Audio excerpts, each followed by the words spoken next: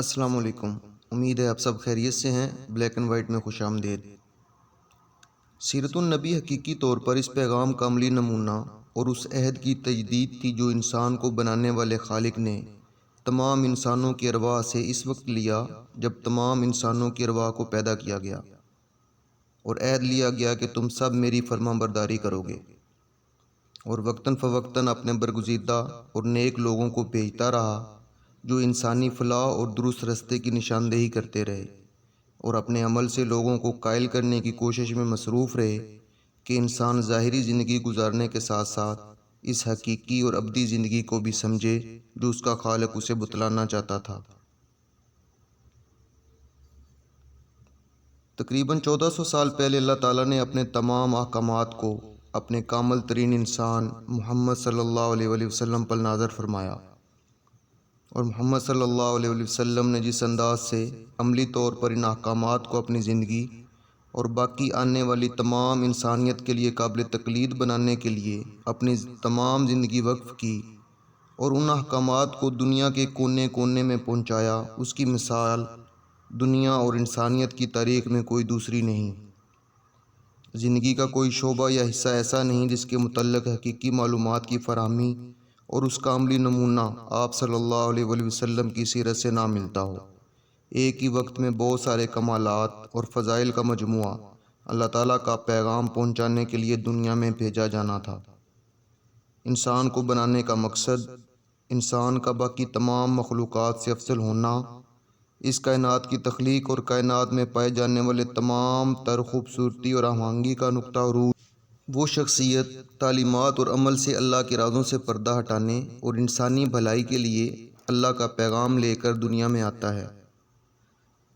سیرت النبی صلی اللہ علیہ وسلم کو بہتر طریقے سے سمجھنے کے لیے ہمیں سب سے پہلے اس جگہ کا محل وقوع، علاقائی اہمیت، وہاں پر آباد لوگ اور لوگوں کے مجموعی معاشرتی اور مذہبی خیالات کو بھی مد نظر رکھنا ہے تاکہ اس آخری نبی صلی اللہ علیہ وآلہ وسلم کی سیرت اور کارہائے نمایاں کو سمجھنے میں آسانی ہو۔ جیسا کہ ہمیں معلوم ہے کہ نبی آخر الزماں صلی اللہ علیہ وآلہ وسلم عرب میں پیدا ہوئے۔ لفظ عرب کا لفظی معنی صحرا اور بے آب و گیا زمین ہے۔ دور قدیم سے یہ لفظ جزیرہ عرب میں رہنے والے تمام قوموں کی پہچان کے لیے بولا جاتا تھا۔ اس کے کل رقبے کا اندازہ 13 لاکھ مربع میل تک لگایا جاتا ہے، جو اندرونی طرف سے صحرا اور ریگستانوں سے گھرا ہوا ہونے کی وجہ سے ایک محفوظ قلعہ بنتا ہے، جبکہ اس کے بیرونی کناروں سے بحر احمر، خلیج عرب اور شام و عراق کے علاقوں کی موجودگی عرب کو باقی دنیا سے جوڑتی ہے۔ بیرونی طور پر جزیرہ نما عرب تمام براعظموں کے حیران کن طور پر درمیان میں واقع ہے۔ خشکی اور پانی کے دونوں رستوں سے باقی تمام دنیا سے جڑا ہوا ہے۔ جیسے ہی کوئی دشمن اندرونی حملے کا سوچتا تو اندرونی طور پر ریگستان اور سنگلاخ پہاڑوں کا ایک مشکل ترین دشمن ان کا منتظر ہوتا، جس کی وجہ سے عرب کے باشندے بنیادی طور پر اپنے فیصلے کرنے میں آزاد اور خود مختار تھے۔ یہ علاقہ اس وقت کی دو عظیم طاقتوں کا ہمسایہ تھا، لیکن قدرتی طور پر موجود صحرا اور ریگستان نہ ہوتے تو بہت مشکل تھا کہ بیرونی حملہ آور طاقتیں اس پر حملہ آور نہ ہوتیں۔ اس علاقہ کے چاروں طرف بھی ایک الگ نظام قائم ہے۔ افریقہ، یورپ، ایشیا اور سمندری راستوں کے ذریعے پوری دنیا کے ساتھ ایک ہی وقت میں جڑا ہونے کی وجہ سے کاروباری اور قوموں کی آبادکاری کے لیے اس خطے کو اہمیت حاصل رہی ہے۔ آج بھی دیکھا جائے تو عرب ممالک جغرافیائی اور کاروباری معاملات میں ممتاز حیثیت کے حامل ہیں۔ اب ہم تھوڑا تذکرہ ان عرب قوموں کا کریں گے جو اس خطے میں آباد تھیں اور آباد چلے آ رہے ہیں۔ مورخین نے نسلی طور پر عرب اقوام کو 3 بنیادی حصوں میں تقسیم کیا ہے۔ سب سے پہلے عرب باحدہ، یہ وہ قدیم عرب تھے جن کی اقوام آج بالکل موجود نہیں رہیں۔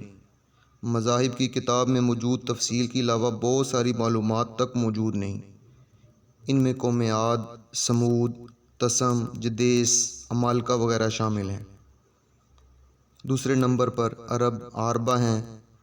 انہیں قحطانی عرب کہا جاتا ہے اور یہ قحطان کی نسل سے ہیں۔ تیسرے نمبر پر عرب مستعربہ ہیں۔ یہ وہ عرب قبائل ہیں جو حضرت اسماعیل علیہ السلام کی نسل سے ہیں اور انہیں عدنانی عرب بھی کہا جاتا ہے۔ جیسا کہ ہم تذکرہ کر چکے ہیں کہ عرب باعدہ وہ قدیم قبائل تھے جن کی اقوام آج بالکل موجود نہیں ہیں۔ ان کے بعد عرب عربہ ہیں۔ یہ قطانی عرب ملک یمن کے باشندے تھے۔ ان کے خاندان اور قبیلے کافی پھلے پھولے، جن میں سے 2 قبائل زیادہ شہرت اور ترقی حاصل کر سکے۔ ایک قبیلے کا نام حمیر جس کی مزید شاخیں بنی، جبکہ دوسرا قبیلہ کہلان تھا۔ کہلان کی مختلف شاخیں ملک شام کے اطراف میں بادشاہت کرنے اور آل غسان کے نام سے جانے جاتے ہیں۔ اوس اور خزرج وہ مشہور قبائل جو کافی تاریخی حیثیت کے حامل رہے، وہ بھی کہلانی قبائل تھے۔ ان کہلانیوں کا روزگار تجارت سے وابستہ تھا، لیکن جب رومیوں نے مصر و شام پر قبضہ کیا تو اہل یمن کی تجارت کو بحری راستوں پر قبضے کی صورت میں اور زمینی راستوں کی بندش سے اتنا نقصان پہنچا کہ انہیں یمن چھوڑنا پڑا۔ دونوں قبائل کی آپس کی کشمکش کا اندازہ بھی ہوتا ہے کہ صرف کہلانی قبیلے نے یمن کی سرزمین کو چھوڑا، لیکن حمیری قبائل اپنی جگہ موجود رہے۔ کہلانی عرب یمن چھوڑنے کے بعد مختلف قبائل میں شام، مدینہ، مکہ، نجد، عمان اور اس کے اطراف میں آباد ہونا شروع ہو گئے اور خوب پھلے پھولے۔ عرب مستعربہ جو کہ حضرت اسماعیل علیہ السلام کی نسل سے ہیں، ان کا سلسلہ حضرت ابراہیم علیہ السلام سے شروع ہوتا ہے، جو عراق کے شہر اور سے تعلق رکھتے تھے۔ یہ شہر دریائے فرات کے کنارے کوفہ کے قریب واقع ہے۔ حضرت ابراہیم علیہ السلام یہاں سے ہجرت کر کے حران نامی شہر میں تشریف لائے، پھر فلسطین کا رخ کیا اور اللہ تعالیٰ کی طرف سے دی گئی ذمہ داری کو سر انجام دینے کے لیے اسی ملک کو اپنی دینی سرگرمیوں کا مرکز بنایا۔ دین حق کی دعوت کو لے کر ایک بار مصر تشریف لے گئے۔ فرعون نے آپ علیہ السلام کی بیوی حضرت سارہ علیہ السلام کی دینی اور ایمانی قوت کا ایسا مظاہرہ دیکھا کہ اپنی بیٹی ہاجرہ کو ان کی خدمت میں دے دیا۔ بعد میں حضرت سارہ علیہ السلام نے حضرت ہاجرہ کو اپنے خاوند حضرت ابراہیم علیہ السلام کے نکاح میں دے دیا۔ حضرت ابراہیم علیہ السلام اپنے دونوں ازواج کے ساتھ واپس فلسطین تشریف لائے۔ اللہ تعالیٰ حضرت ہاجرہ کے بطن سے ایک بیٹا عطا فرماتے ہیں جن کا نام حضرت اسماعیل علیہ السلام ہے۔ حضرت سارہ جو بے اولاد تھیں، اس بات کو کوشش کے باوجود قبول نہ کر سکیں اور حضرت ابراہیم علیہ السلام سے حضرت ہاجرہ کو ان کے نومولود بچے حضرت اسماعیل علیہ السلام سمیت جلا وطن کا بولا۔ حالات نے پلٹا کھایا اور حضرت ابراہیم علیہ السلام اپنی زوجہ حضرت سارہ کی بات ماننے پر مجبور ہو گئے، لیکن اس سارے قصے میں ایک خاص حکمت چھپی تھی کہ اللہ پاک اس بچے سے خاص کام لینے والا تھا۔ حضرت ابراہیم علیہ السلام نے اسماعیل علیہ السلام اور ان کی والدہ ہاجرہ کو ہمراہ لیا اور بیت اللہ کے قریب ایک خشک اور بے جان سی وادی میں ٹھہرا دیا۔ اس وقت بیت اللہ نہیں تھا، ایک ابری ہوئی معمولی بلند سی جگہ تھی۔ نہ تو وہاں کوئی انسان آباد تھا اور نہ ہی پانی کا نام و نشان۔ ایک بڑا سا درخت موجود تھا جس کے پاس حضرت ہاجرہ اور حضرت اسماعیل علیہ السلام کو چند کھجوریں اور تھوڑا سا مشکیزہ میں موجود پانی دیا اور خود فلسطین روانہ ہو گئے۔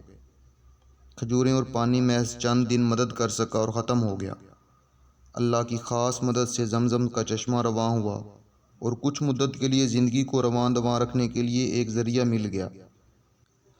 کچھ عرصہ گزرتا ہے تو یمن کی سرزمین سے ایک جرہم نامی قبیلہ حضرت اسماعیل علیہ السلام کی والدہ سے اجازت لے کر وہاں آباد ہونا شروع ہوتا ہے، جو پہلے اس علاقے میں اکثر تجارت یا دوسرے ضروری معاملات کے لیے رستوں کا انتخاب کرتے تھے۔ اسی دوران حضرت ابراہیم علیہ السلام وقفے وقفے سے اپنی بیوی اور بیٹے حضرت اسماعیل علیہ السلام کے متعلق حالات دریافت کرنے مکہ کا سفر فرماتے رہتے اور اپنی شفقت و محبت سے حضرت اسماعیل علیہ السلام کو محروم نہ ہونے دیا۔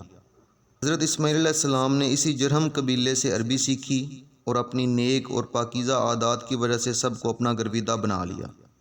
قبیلے نے اپنے خاندان کی ایک عورت سے شادی کروا دی، لیکن اپنے والد کی نصیحت کرنے پر کچھ عرصہ بعد علیحدگی اختیار کر لی۔ دوبارہ شادی اسی قبیلے کے سردار مزاز بن عمرو کی بیٹی سے ہوئی۔ حضرت ہاجرہ کا انتقال ہو چکا تھا، جبکہ حضرت اسماعیل علیہ السلام کو اللہ پاک نے دوسری زوجہ سے 12 بیٹے عطا فرمائے، جن سے 12 قبیلے وجود میں آئے۔ سب کے سب شروع میں مکہ میں آباد رہے۔ شام، مصر اور یمن کے ساتھ تجارت نے معاشی طور پر استحکام دیا۔ وقت گزرنے کے ساتھ ساتھ صرف 2 قبائل نابت اور کیدار گمنامی سے بچ سکے، جبکہ باقی 10 قبائل وقت کی تاریکی میں گم ہو گئے۔ نابد قبیلے کو حجاز میں ترقی نصیب ہوئی، ایک شاندار اور طاقتور بادشاہت قائم کی، اور ایک لمبے عرصے تک کسی کو ان قبائل سے لڑائی کی ہمت نہ ہوئی، یہاں تک کہ رومیوں کا دور آیا اور انہوں نے ان قبائل کو ماضی کا قصہ بنا چھوڑا، جبکہ کیدار بن اسماعیل علیہ السلام کی نسل مکہ ہی میں مقیم رہی اور پھلتی پھولتی رہی، یہاں تک کہ عدنان اور بعد میں ان کے بیٹے ماد کا دور آتا ہے۔ عدنان نبی اکرم صلی اللہ علیہ وسلم کے سلسلہ نسب میں 21ویں پشت پر ہیں، اور آپ صلی اللہ علیہ وسلم اپنا شجرہ نسب بیان کرتے ہوئے عدنان پر آ کر رک جاتے۔ عدنان کے بیٹے ماد اور ماد کے بیٹے نزار، جو کہ اکلوتے تھے، سے 4 بیٹے پیدا ہوئے، اور ہر بیٹا ایک بڑے قبیلے کی بنیاد بنا۔ ان میں سے آگے 2 قبیلوں ربیہ اور مضر کی اور بہت سی شاخیں بنی۔ ربیہ سے اسد بن ربیہ، انیزہ، عبد القیس، وائل، بکر، تغلب وغیرہ، جبکہ مضر کی اولاد 2 بڑے قبیلوں قیس، اعلان بن مضر اور الیاس بن مضر۔ الیاس بن مضر قبائل میں سے کنانہ، پھر کنانہ میں سے قریش، پھر قریش کی مختلف شاخوں میں سے قصہ بن کلاب کے خاندان۔ ان میں سے عبد مناف کے 4 بیٹے ہوئے، یعنی عبد شمس، نوفل، مطلب اور ہاشم۔ انہی ہاشم کی نسل سے ہمارے حضور حضرت محمد مصطفیٰ صلی اللہ علیہ وآلہ وسلم کا انتخاب ہوا۔ رسول اللہ صلی اللہ علیہ وآلہ وسلم کا ارشاد ہے کہ اللہ تعالیٰ نے ابراہیم علیہ السلام کی اولاد میں سے اسماعیل علیہ السلام کا انتخاب فرمایا، پھر اسماعیل علیہ السلام کی اولاد میں سے کنانہ کو منتخب کیا، اور کنانہ کی نسل سے قریش کو چنا، پھر قریش میں سے بنو ہاشم کا انتخاب کیا، اور بنو ہاشم میں سے میرا انتخاب کیا۔ ابن عباس رضی اللہ عنہ کا بیان ہے کہ رسول اللہ صلی اللہ علیہ وسلم نے فرمایا، اللہ تعالیٰ نے خلق کی تخلیق فرمائی تو مجھے سب سے اچھے گروہ میں بنایا، پھر ان کے بھی 2 گروہوں میں سے زیادہ اچھے گروہ کے اندر رکھا، پھر قبائل کو چنا تو مجھے سب سے اچھے قبیلے کے اندر بنایا، پھر گھرانوں کو چنا، مجھے سب سے اچھے گھرانے میں بنایا، لہٰذا میں اپنی ذات کے اعتبار سے بھی سب سے اچھا ہوں اور اپنے گھرانے کے اعتبار سے بھی سب سے بہتر ہوں۔ ہماری آئندہ ویڈیو میں نبی آخر الزمان صلی اللہ علیہ وسلم کی آمد سے پہلے عرب حکومتوں اور سرداریوں کا تذکرہ ہوگا۔ چینل کو سبسکرائب کر لیں تاکہ انسان کو سمجھنے کی اس تفریح میں ہم ساتھ رہیں۔ شکریہ۔